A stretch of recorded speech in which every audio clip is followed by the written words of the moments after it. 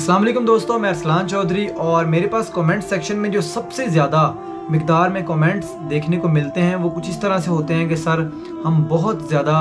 परेशान हैं, बहुत ज़्यादा तकलीफ़ का शिकार हैं, हमें मोहब्बत में धोखा मिला है, या जिसे हम प्यार करते हैं वो हमें रिप्लाई नहीं करता, उसने हमें धोखा दिया, वो हमें मिल नहीं रहा, हमारा रिश्ता नहीं तय हो रहा। इन शॉर्ट आम सादा से अल्फाज में अगर मैं कहूँ तो हमारी जो नौजवान नस्ल है उसका 95% हिस्सा इस प्यार मोहब्बत के दलदल में फंस चुका है, बहुत बुरी तरह फंस चुका है, जिसका कोई फ्यूचर नहीं है। और इस प्यार मोहब्बत के जो दलदल में जो लोग जा चुके हैं उनका जो अपना फ्यूचर है ना वो भी तबाह बर्बाद होता जा रहा है। क्योंकि जो इंसान है, इंसान की नेचर कुछ इस तरह की है कि इंसान अपनी फीलिंग्स के हाथों मजबूर हो जाता है। जब इंसान अपनी फीलिंग्स के हाथों मजबूर होता है तो फिर वो इंसान एक ऐसी उदासी का शिकार हो जाता है जिसका कोई इलाज नहीं होता। और जब इंसान को धोखा मिलता है तो इंसान तकलीफ़ का शिकार हो जाता है, एक ऐसी तकलीफ़ का शिकार हो जाता है कि जिसकी वजह से इंसान कामयाबी हासिल करना तो बहुत दूर की बात है,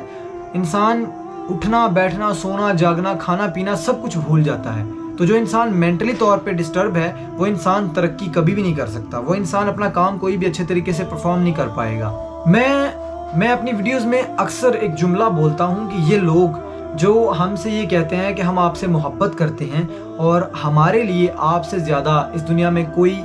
कीमती चीज़ नहीं है, आप हमें सबसे ज़्यादा अजीज़ हैं और हम आपसे बेपनाह मोहब्बत करते हैं, अक्सर यही लोग आपको एक ऐसी तकलीफ़ में मुब्तला करके चले जाते हैं कि जिस तकलीफ़ का कोई इलाज नहीं हो पाता। और यही लोग आपको एक ऐसे अंधेरे दलदल में धकेल जाते हैं, एक ऐसे उदासी के जंगल में धकेल देते हैं जहाँ से बाहर निकलना बहुत मुश्किल हो जाता है। और उस डिप्रेशन, उदासी और अकेलेपन की वजह से हमें ऐसा लगता है जैसे हमारी ज़िंदगी का कोई मकसद ही नहीं बचा, हमारी ज़िंदगी फजूल है, यूजलेस है, उसका कोई मकसद नहीं है। मेरे भाई बहनों, जो रिश्ता अल्लाह ताला को पसंद ही नहीं है, जो अल्लाह ताला ने जो रिश्ता हलाल करार ही नहीं दिया, रिलेशनशिप का कोई तस्वर ही नहीं है इस्लाम में, तो सोचें कि उस रिश्ते में आपको जो चीज़ हराम है, जो अल्लाह ने हराम करार दे दी है, उसमें सुकून हमें कैसे मिल सकता है। लड़का लड़की आपस में एक दूसरे के साथ कॉल्स पे बात करना, लेट नाइट तक रातों को वीडियो कॉल पे बात करना और वीडियो कॉल पे ऐसे ऐसे घटिया काम करना जो कि ज़ना के बराबर हैं, और उसके बाद एक दूसरे को मिलना अकेले में, उसके बाद एक दूसरे को गले लगाना और बहुत कुछ ऐसा जो मैं बोलने से, मैं इखलाक के दायरे में रहते हुए मैं वो बोलने से कासिर हूँ, मैं वो बोल नहीं सकता। वो सब कुछ हमारी नौजवान नस्ल जो है उसे फ़ैशन समझती है, अपना हक समझ के कर रही है। और आगे से जवाब ये मिलता है, एक्सक्यूज़ ये देती है हमारी नौजवान नस्ल कि इस्लाम ने पसंद की शादी करना अलाउ किया है हमें। तो मेरे भाई बहनों, इस्लाम हमें सिर्फ पसंद की शादी करने की इजाज़त देता है। ये सब कुछ मिलना, गले लगाना, वीडियो कॉल्स पे बात करना और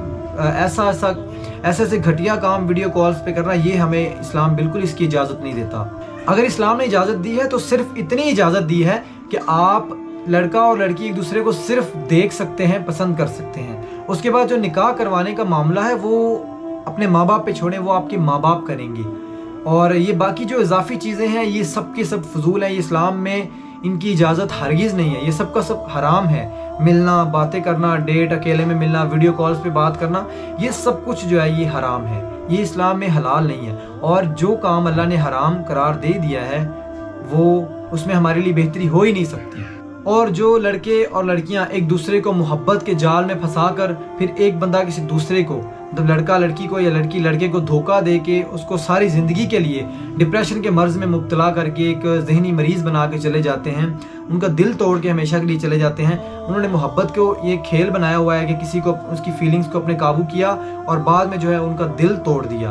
तो मैं आपको एक हदीस यहाँ पे सुनाना चाहूँगा, हदीस का मफहूम सुनाता हूँ कि किसी का दिल तोड़ना कितना बड़ा गुनाह है। आप सल्लल्लाहु अलैहि वसल्लम जब मेराज पर तशरीफ़ लेकर गए और अल्लाह ताला के हमरा, मतलब अल्लाह ताला के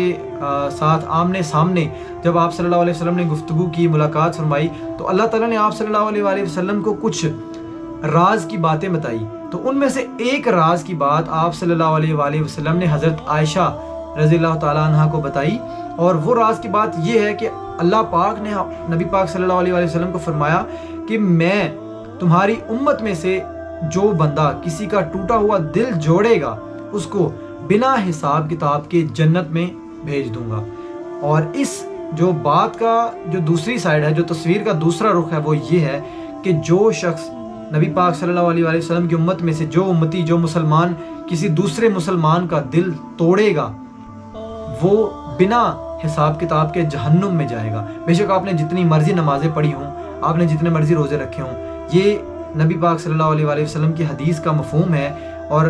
اتنا بڑا گناہ ہے کسی کا دل توڑنا، کسی کا دل دکھانا اور زندگی بھر کے لیے کسی کو روگ لگا دینا۔ میں اپنی تمام نوجوان نسل سے یہ ریکویسٹ کرنا چاہتا ہوں، یہ گزارش کرنا چاہتا ہوں کہ اپنی دنیا بنائیں، دنیا میں اپنا کوئی مقصد بنائیں، اور اس کے ساتھ ساتھ اپنی آخرت بھی بنائیں، آخرت کی تیاری کریں، کیونکہ ہر جاندار چیز نے موت کا جو ذائقہ ہے وہ چکھنا ہے، اور بے شک اللہ ہر چیز پر قادر ہے، اور ہر جاندار چیز نے، ہر زندہ چیز نے ایک دن مرنا ہے، اور ہماری زندگی کا جو حقیقی مقصد ہے اس کے لیے بھی تیاری کریں، اور جو یہ زندگی اللہ پاک نے ہمیں دی ہے اس میں کوئی مقصد تلاش کریں۔ اس زندگی کو ایک بے مقصد زندگی مت بنائیں، بلکہ اس کو با مقصد زندگی بنائیں، جس میں آپ اپنی زندگی کو کسی اچھے کام میں صرف کر سکیں، اور کہیں ایسا نہ ہو کہ آپ دیر کر دیں اور آپ اپنی جو زندگی ہے اس کو ضائع کر لیں، اور کہیں ایسا نہ ہو کہ یہ جو دنیا ہے ہم اس دنیا میں اپنی زندگی کو ضائع کر دیں اور اگلی دنیا بھی ہم اپنی خراب کر لیں، اپنی دنیا بھی خراب اور آخرت بھی خراب، اور دنیا میں بھی رسوائی، آخرت میں بھی رسوائی، دنیا میں بھی ناکامی اور آخرت میں بھی ناکامی۔ امید ہے کہ میری بات جو میں آپ کو ڈیلیور کرنا چاہ رہا تھا وہ ٹھیک سے کر پایا۔ اگر کوئی بندہ میری بات سے اوفینڈ ہوا ہو تو میں معذرت چاہتا ہوں۔ اپنا بہت سارا خیال رکھیے گا، دعاؤں میں یاد رکھیے گا۔ خدا حافظ۔